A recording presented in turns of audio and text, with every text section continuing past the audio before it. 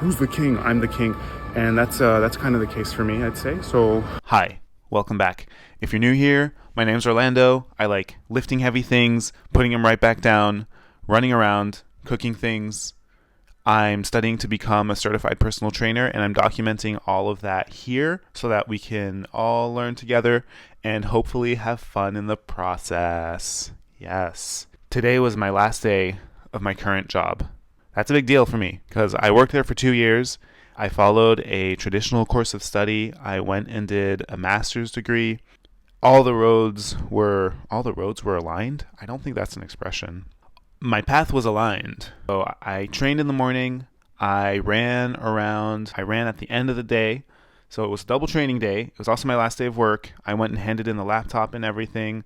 This is a big change for me, right? So I worked in brand strategy for 2 years, and now I haven't worked in it for about 3 days. So my path was pretty laid out for me. I got pretty good grades in school. I did quite well in school. It was never that hard for me as long as I put in the studying hours. It didn't come to me like for free, but I had to study for it. But anyway, it was never that much of a challenge. My point is, the kind of brand that I have did well in your like traditional school environment. So I went and did a master's degree. I went to the London School of Economics and I graduated from there in 2022. Then I worked for 2 years in a marketing agency. And now here I am. So my path could have been laid out to go be a management consultant or work in marketing or work in something just corporate at a big company like what I did. So I followed that path up to the master's degree level and then out of it and into a giant company essentially with everything that comes with a giant company, because that's the path. That's what's laid out to you when you're in your 20s and you're in school. That's the idea of success that's sold to you when you go to something that's like a business school. Or the program I was in was very much cut out to train people to be like consultants and like these kinds of things. And a lot of my peers would have now become that, and that's cool. I know a lot of people that do that for a living. But when you're in that environment and you don't necessarily see yourself following that path, or you don't see yourself following that path and being happy doing it, it can become easy to convince yourself that it's something that you want to do because everyone around you is doing it. So there's this kind of social pressure, even if people aren't directly telling you, hey, this is something that you need to be doing. You see everyone else doing it and they seem perhaps content or satisfied with their life, or they're at least striving to reach their goals, applying for jobs that are difficult to get. So there's also this component of maybe you think it's worthy because it's difficult of getting, even if you don't actually want to do it deep down inside, and you know that about yourself. So I graduated from school. I move away. I move away from London. I moved to Paris, a different big city. I'm glad I've spent some time in Paris because it's a beautiful city. It's a lot. It's intense. There's a lot going on. See, I hear screaming right now, as one does in Paris, screaming at 3 p.m. on a Monday. Yep. Every day I would go into work, I would feel this pit in my stomach. And on the weekends, I would also feel that leading up to the week of work ahead. And it wasn't so much the environment, although the environment contributed to it as well.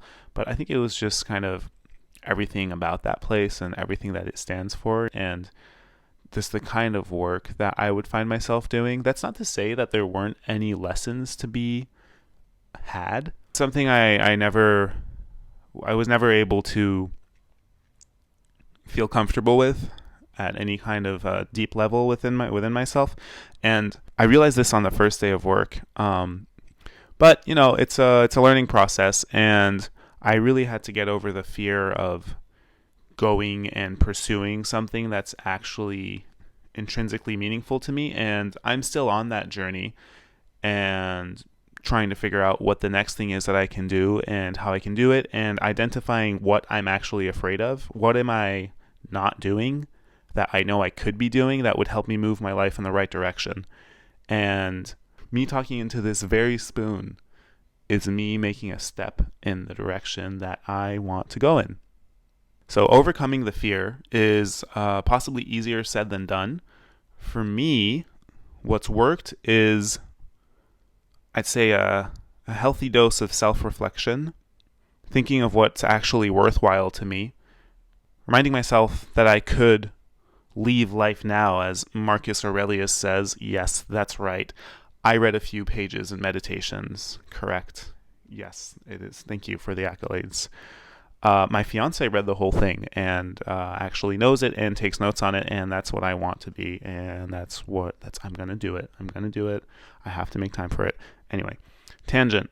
What's the kind of life that I actually want to live? What's meaningful to me? I can work on answering those questions, and I would work on answering those questions. I would have the answers, but then actually doing the thing can still be scary and challenging, and you might not end up doing it. So I'm trying to push myself to do the thing. The thing in my case is working in the fitness, health, running, wellness space, all of that, and feeling comfortable enough to really own that. I'm off to a driving lesson. I am sort of on time.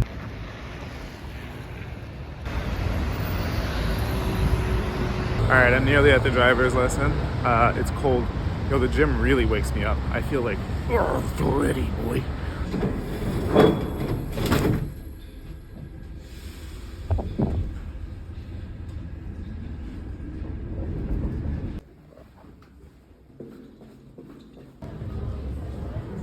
Yo, okay, so that's done. I dropped off my laptop. Last day at that job, and I'm really excited for what comes next. And honestly, like the last few weeks, I was feeling like happy and like just like glad to kind of like move on to the next thing. So this was like my first full-time job. I spent 2 years there. I mean, I have structure in my own life, but I was feeling like I had a bit less structure like the past few weeks, just knowing that I would reach this point where like I wasn't going to like this 9-to-5 job. And I think it's maybe just a realization or like a lesson that even if you're doing something in your life, or at least in my case, like I was doing something that wasn't my dream job and definitely wasn't somewhere where I saw myself staying like for the end of my days or something, it still gave me like structure and I guess like a place to like learn and like think about what I did want to do next and like acquire a bunch of like transferable skills. Yeah, I sound like a CV. I sound like an interview.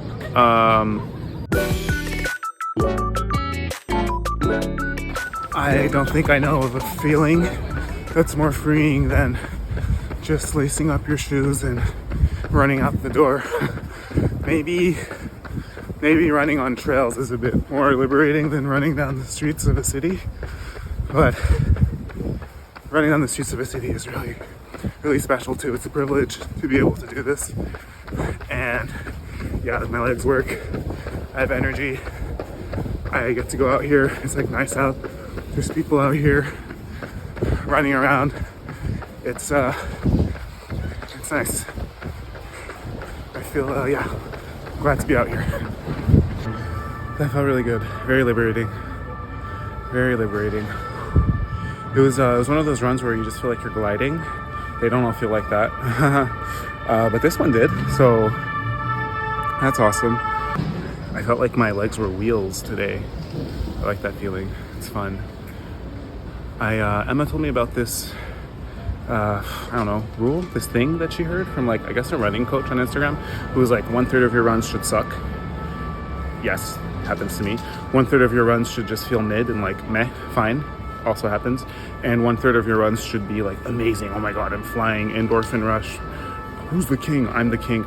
And that's kind of the case for me, I'd say. So I think the idea was like, if that's how you feel, like your training load is adequate. I don't know. This is like relayed information. I'm less trustworthy, but this is relayed information. So Having a solid life partner has also changed my life for the better. And I will say that since meeting my fiance, my life has just improved. In the simplest terms, it's only gotten better.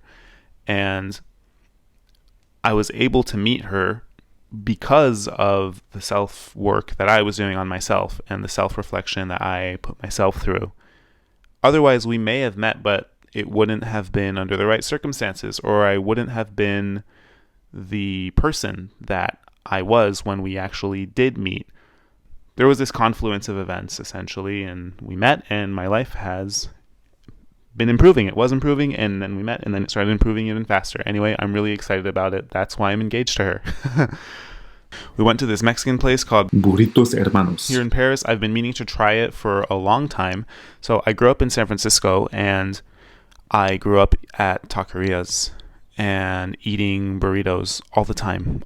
Also, I think it's a Breaking Bad reference for the Pollos Hermanos. I'm not sure. My dad said it was, and I was like, no, probably not. You're grasping. But then someone else said it was too, and I was like, oh, that's two people. I'm now convinced. So yeah, I grew up eating burritos, so I am a bit of a burrito connoisseur, if you will. All that to say, I haven't found one that matches what we have in California, because that's where I've had the best ones. And every time I see a burrito like in Europe, it's not the same, not to be that person, but also to 100% and absolutely be that person. It's never the same. We're going to Burritos Hermanos, and it's been how long that we've been meaning to go? 3 months. 3 months. Oopsie, made a oopsie. $1 million oopsie in my loopsie. And we're going on our cut.